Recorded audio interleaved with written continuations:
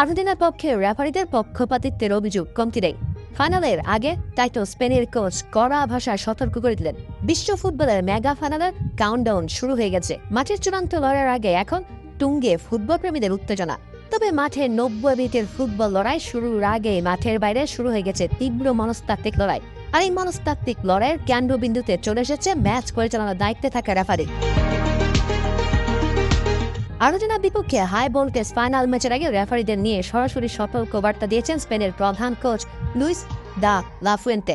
ফাইনালের মতো বড় মঞ্চে রেফারিরা যেন সম্পূর্ণ নিরপেক্ষ থেকে ম্যাচ পরিচালনা করেন এবং কোনো বিতর্কের জন্ম না দেন, সংবাদ সম্মেলনে সেই দাবি জোরালোভাবে তুলে ধরেছেন স্প্যানিশ এই মাস্টারমাইন্ড। মূলত চলতি টুর্নামেন্টে আর্জেন্টিনার ম্যাচগুলোতে রেফারিদের কিছু সিদ্ধান্ত নিয়ে মাঠের বাইরে ব্যাপক আলোচনা ও সমালোচনা চলেছে। বিশেষ করে শেষ 16 ম্যাচে আর্জেন্টিনার কাছে হেরে বিদায় নেওয়ার পর মিশরের কোচ হুসাম হাসান দলের অন্যতম সেরা ফুটবলার মুস্তাফা জিকো রেফারিং নিয়ে গুরুতর পক্ষপাতিত্বের অভিযোগ করেন। সংবাদ সম্মেলন ও সাক্ষাৎকারে তাদের স্পষ্ট দাবি ছিল মাঠের ভেতরে আর্জেন্টিনাকে রেফারিদের পক্ষ থেকে বিশেষ সুবিধা দেওয়া হচ্ছে, যা টুর্নামেন্টের ফেয়ার প্লে চেতনাকে ক্ষুণ্ণ করে।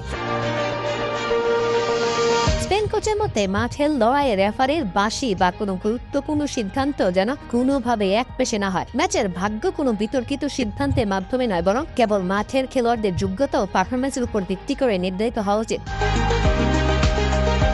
ফুটবল বিশ্লেষকরা মনে করছেন মাঠের নিখুঁত রণকৌশল সাধনের পাশাপাশি ফাইনালের আগে আর্জেন্টিনার উপর এক ধরনের প্রচ্ছন্ন মনস্তাত্ত্বিক চাপ তৈরি করতে স্পেন কোচ অত্যন্ত চতুরতার সাথে এই রেফারিং ইস্যুটাকে সামনে এনেছেন। একদিকে আর্জেন্টিনা যেখানে নিজেদের বিশ্বসেরার তকমা ধরে রাখতে শতভাগ প্রস্তুত, অন্যদিকে স্পেনের তরুণ ও গতিময় দলটিও দীর্ঘ খরা খাটিয়ে ট্রফি নিজেদের করে নিতে ক্ষুধার্ত।